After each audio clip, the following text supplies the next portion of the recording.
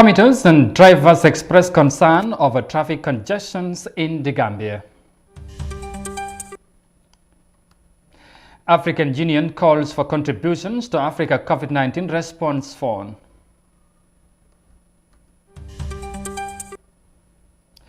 Witness denies involvement in coup plot against ex-President Yahya Jammeh as he testifies before the Truth Commission. This and more coming your way on The World Today.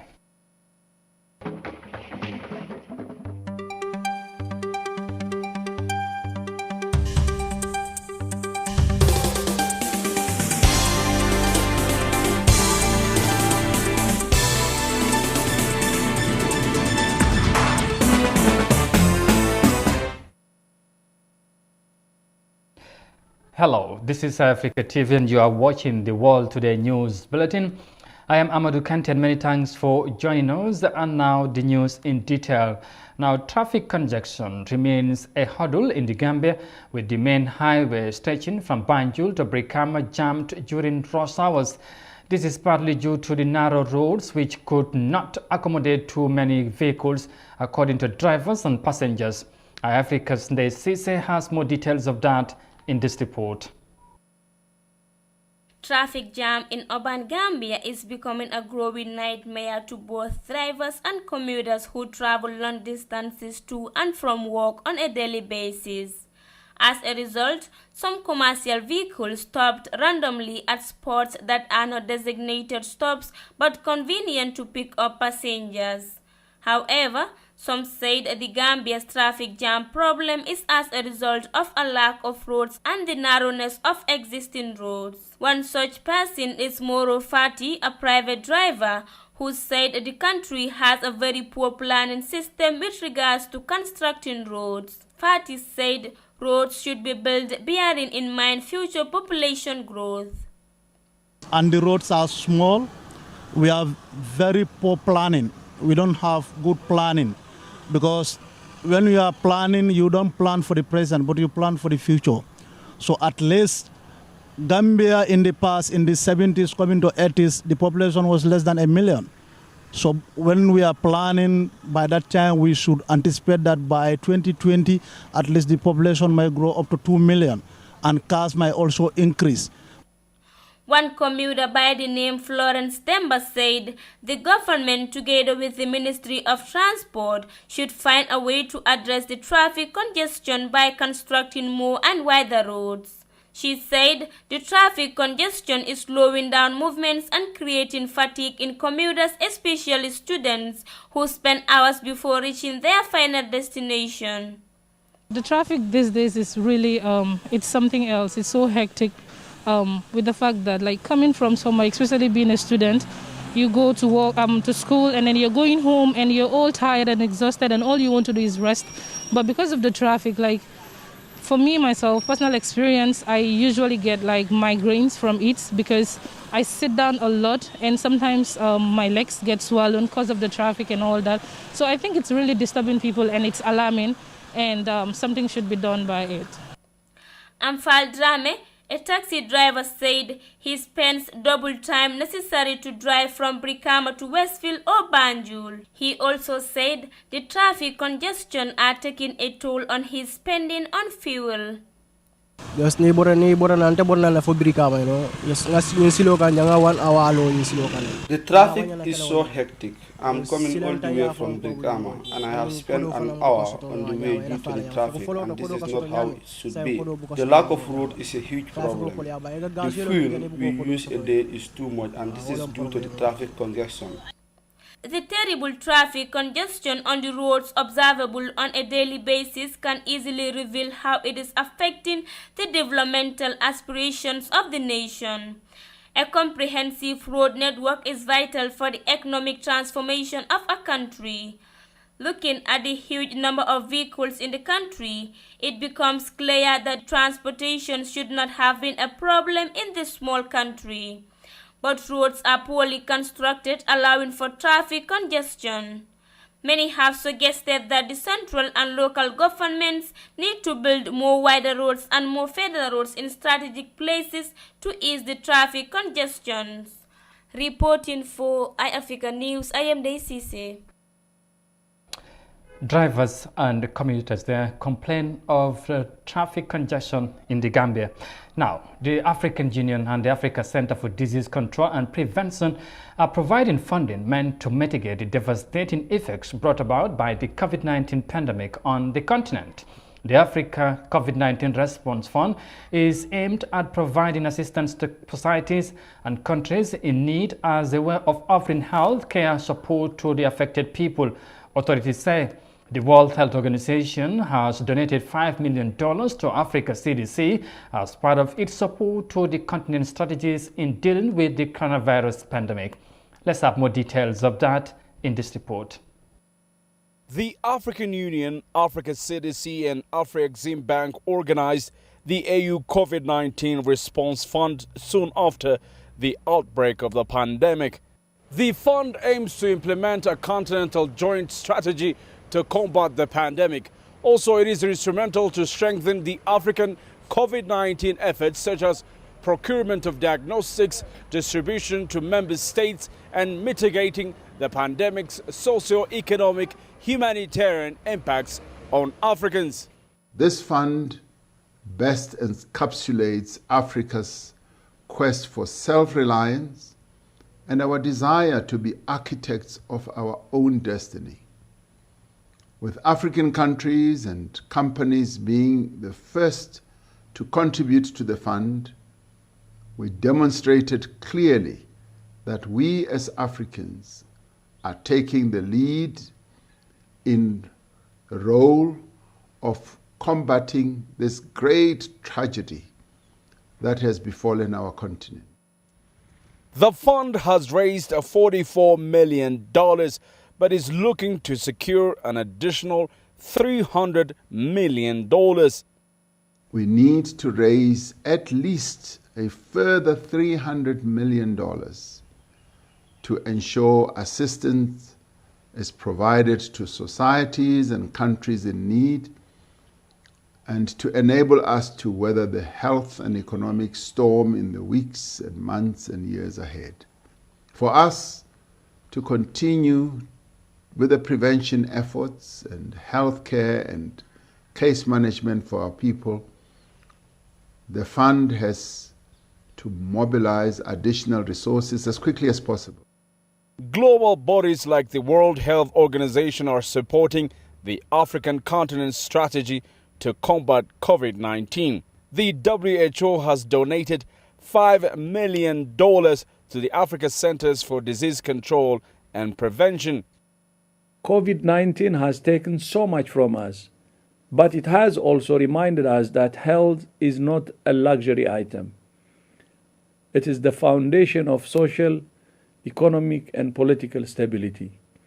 We're all in this together, and with national unity and global solidarity, we will overcome this pandemic together. COVID-19 cases are rapidly nearing 2 million in Africa, with over 40,000 deaths. Officials at the Africa CDC say now more than ever governments must work together. IMF reports predict that the sub-Saharan African economy will contract by 3.2% this year alone. The World Bank has also fears of economic recessions in the region. This is why the Africa COVID-19 Response Fund becomes highly important to save lives, economies and livelihoods in the continent. The African Union and African CDC and key partners are lobbying for more funding to combat the COVID-19 pandemic in Africa. Now, let's remain with matters of COVID-19 because the Director General of the World Health Organization has once again called on world leaders to stop politicization of the coronavirus pandemic. Dr. Tedros Adhanom Ghebreyesus made these remarks at a regular COVID-19 press briefing in Geneva this week. Details of that in this report by Esa Tutamba. Dr. Tedros said, where there has been political division at the national level or blatant disrespect of science and health professionals, confusion have spread, cases and deaths have mounted. This is why I have said repeatedly, stop the politicization of COVID COVID-19. A pandemic is not a political football. Wishful thinking or deliberate diversion will not prevent transmissions or save lives. The WHO Director General said he understands the pandemic fatigue that people are feeling, but call on people not to give up. No one wants more so-called lockdowns, but if we want to avoid them, we all have to play our part. The fight against this pandemic is everybody's business. We cannot have the economic recovery we want and live our lives the way we did before the pandemic. We can keep our kids in school. We can keep businesses open. We can preserve lives and livelihoods. We can do it. But we must all make trade-offs, compromise, and sacrifices.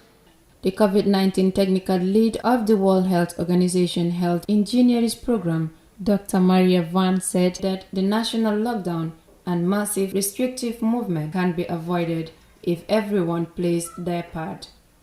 She said, continuing the virus requires indivisible sacrifices. Reporting for iAfrican News, I am Aissatou Tamba. The WHO was there urging world leaders not to politicize the fight against COVID-19. Next to Nigeria, where more than 100 shops have been looted in one of Lagos' biggest shopping malls, as the city is gripped in violence over protests against police brutality. Shopkeepers were left bewildered as looters emptied their shops. They are now calling for support.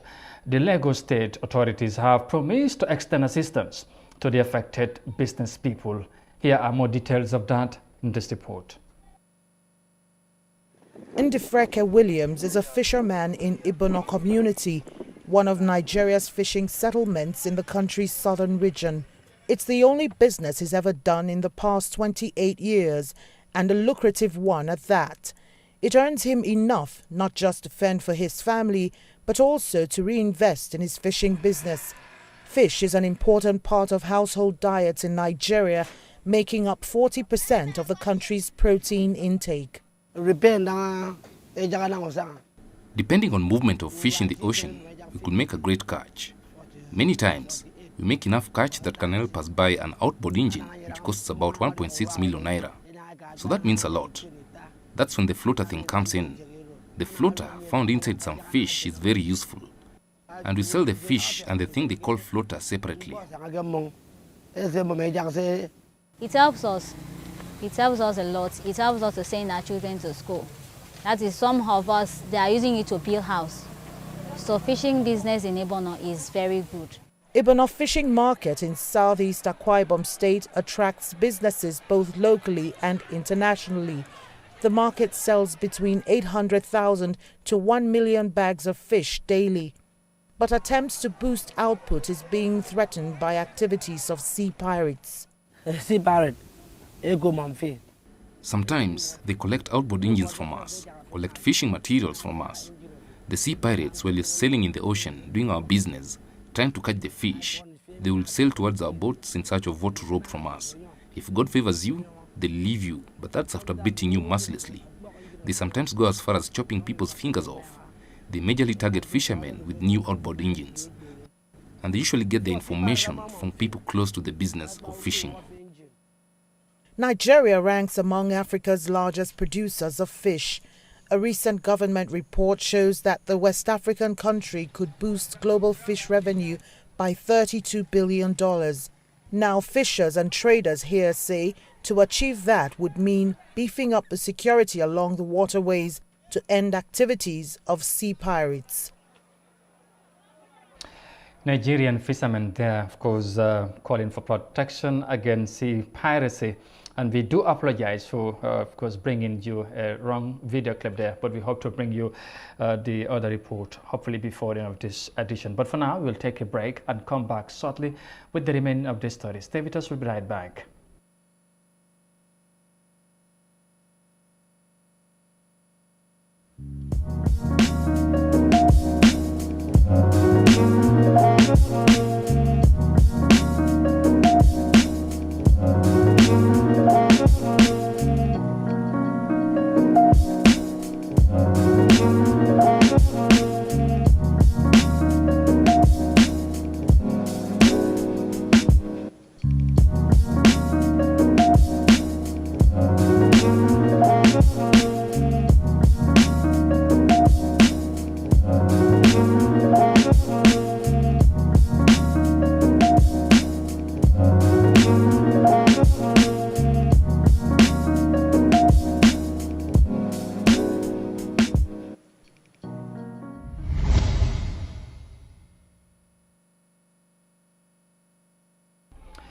Welcome back, and you are watching the World Today News Bulletin on Africa TV. And now to the rest of the stories.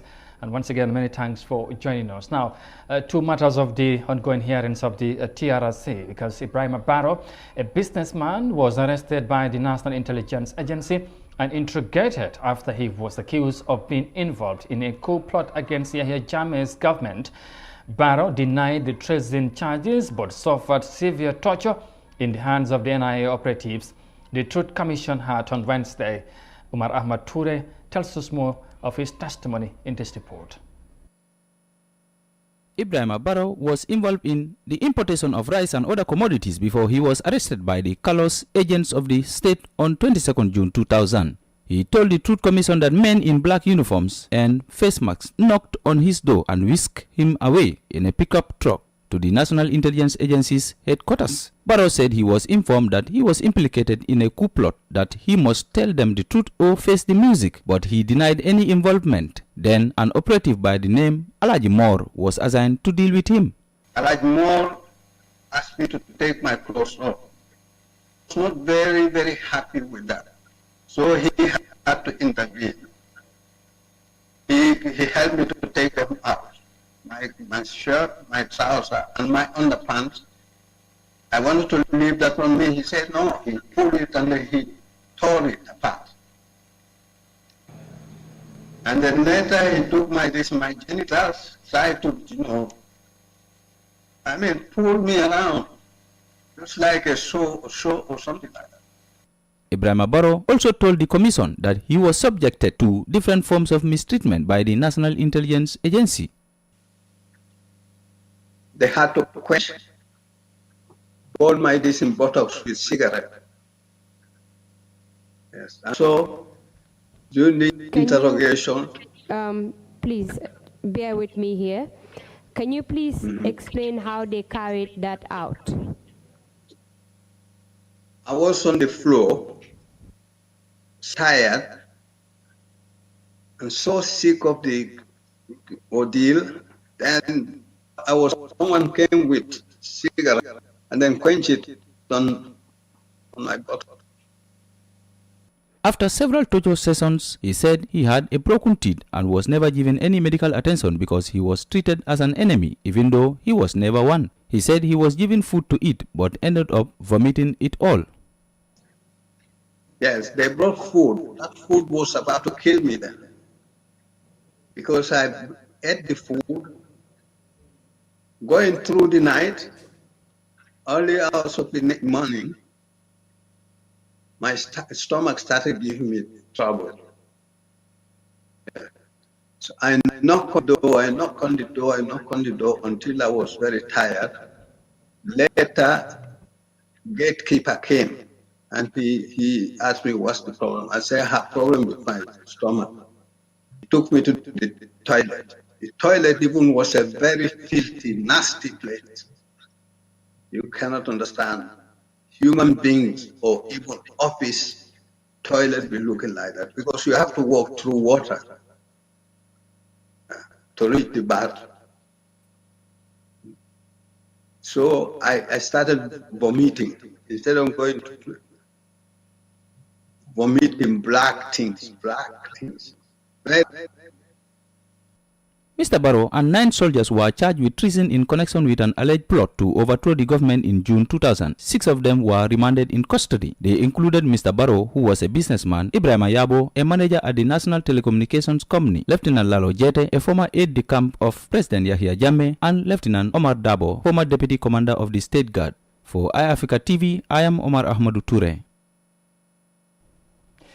Witnesses continue to appear before the Truth, Reconciliation and Reparation Commission hearings in the Gambia, but today being a public holiday, there was no hearings today.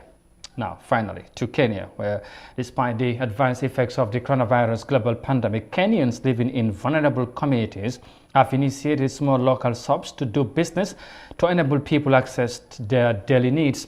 As we feature in this report, a Kenyan woman, depending on her little jobs and support from her family, explains the challenges she faces to buy and prepare food for her 3 children. Here are more details of that in this report. It's mid-morning in Kibra, Kenya's largest informal settlement. Many of its residents are casual laborers who've lost their jobs as a result of the economic downturn brought about by COVID-19. About 250,000 people call this home. Most of them live on less than $1 a day. But despite the harsh conditions, the people here have come up with their own unique economy that gets them by.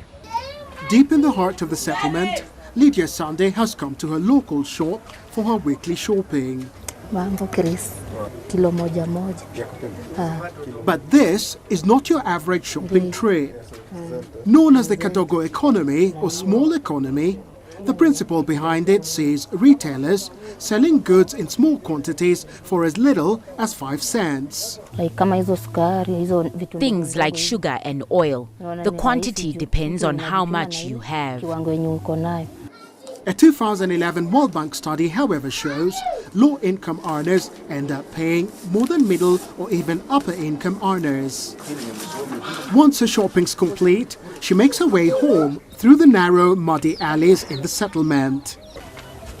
Today I bought flour for ugali and for baking, some vegetables, some soap, paraffin, sugar and bread.